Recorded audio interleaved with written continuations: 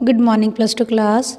हाँ जी बेटा, आज हम आपका चैप्टर नंबर 7 स्टार्ट करने जा रहे हैं जिसका नाम क्या है, इंटेग्रल्स। तो बेटा इन सबसे पहले आपको पता होना चाहिए कि इंटेग्रल्स होता क्या है।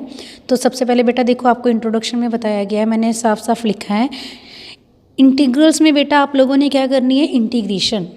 ठीक है, तो इंटीग्रेशन का मतलब क्या होता है, इनवर्स प्रोसेस ऑफ डिफरेंशिएशन।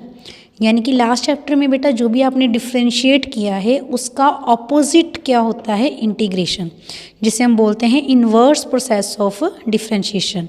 तो बेटा इंटीग्रेशन के लिए जो हम ऑपरेटर सिंबल यूज़ करते हैं वो हमारे पास ये है, इसका सिंबल है, ऑपरेटर है इंटीग्रेशन का।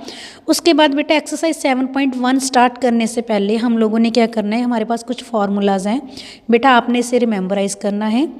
तो जैसे फॉर एग्जांपल देखो हमारे पास क्या है, जैसे मान लो हमने x पावर n की इंटीग्रेशन करनी है तो वो किसकी इक्वालिटी पे होती है, x raise to power n+1 divided by n+1 plus c।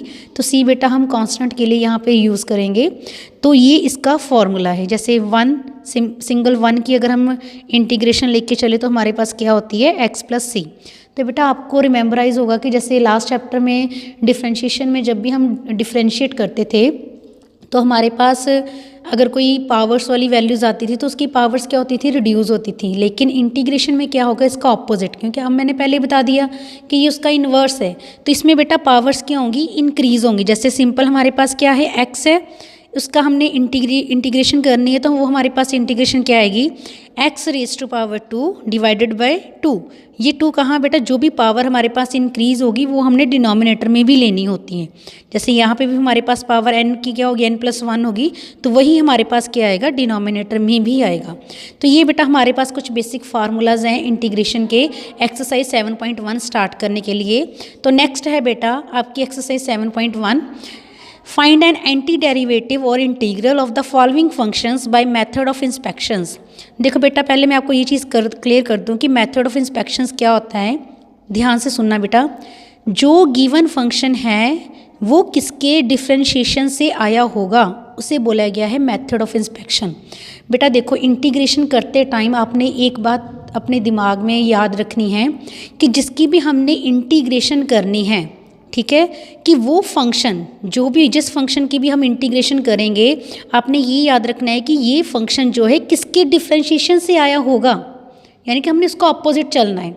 जैसे फॉर एग्जांपल आपका साम नंबर ये फर्स्ट है एक्सरसाइज का, जैसे देखो sin 2x है, तो बेटा sin 2x है जो किसके डिफरेंशिएशन से आया होगा, cos 2x से। तो हमने क्या किया, cos 2x का डेरिवेटिव ले लिया, तो इसका डेरिवेटिव हमने लिया, तो cos 2x का डेरिवेटिव क्या होता है, माइनस साइन 2x, और 2x का क्या आ गया, 2। अब देखो हमने किसकी वैल्यू बनानी है, साइन 2x की, तो राइट हैंड साइड पे हम सिंगल साइन 2x को यहाँ पे सिंगल रखेंगे, बाकी जितनी भी हमारे पास एक्स्ट्रा जो भी वैल्यूज़ हैं वो हम लेफ्ट हैंड साइड पे लेके आएंगे। -2 है तो जो इस साइड पे आके क्या बन जाएगा, -1/2 cos 2x, यानी कि हमारे पास क्या आ गया कि साइन 2x का, ठीक है, इसकी हमारे पास इंटीग्रेशन क्या आ गई, -1/2 cos 2x।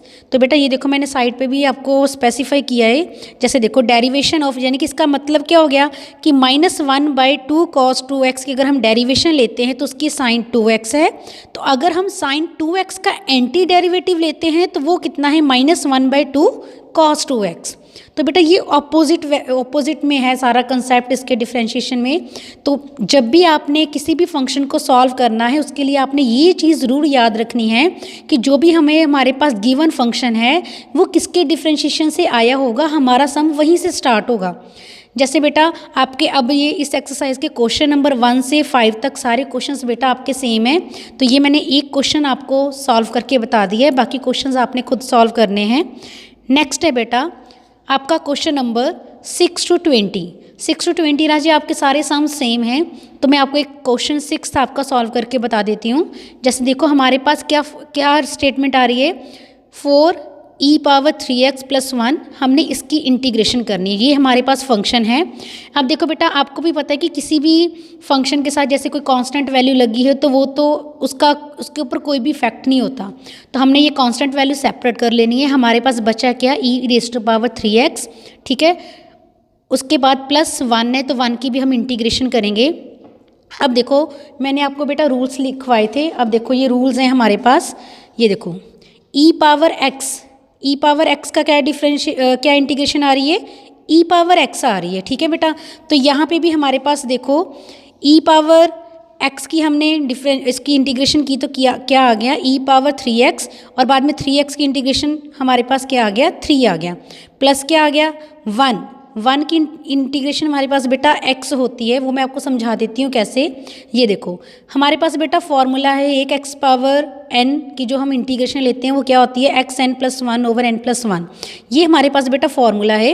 अब देखो आप 1 को बेटा ये ज्यूम करके चल सकते हो x पावर 0, क्योंकि आपको भी पता है किसी भी नंबर की पावर अगर 0 हो तो वो क्या होती है, 1 होती है। अब x पावर 0 है तो बेटा अगर आप इस चीज़ के ऊपर यही फार्मूला अप्लाई करो तो देखो क्या बनता है, x 0+1 ओवर 0+1+c, तो 0+1 क्या हो गया 1, यानी कि x रेज़ टू पावर 1, तो यानी कि हमारे पास 1 का डिफ्रेंशिएशन कितना आ गया, x प्लस सी।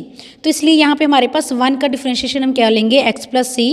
अब ये जो न्यूमेरिक वैल्यूज आप इसे सेपरेट करके लिख सकते हो, 4/3 e raise to power 3x plus x plus सी।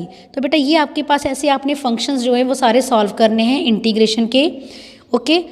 बाकी आपके 6 to 20 जो सम्स हैं वो बेटा आप खुद सॉल्व करोगे, वो आप लोगों की प्रैक्टिस के लिए। Thank you so much.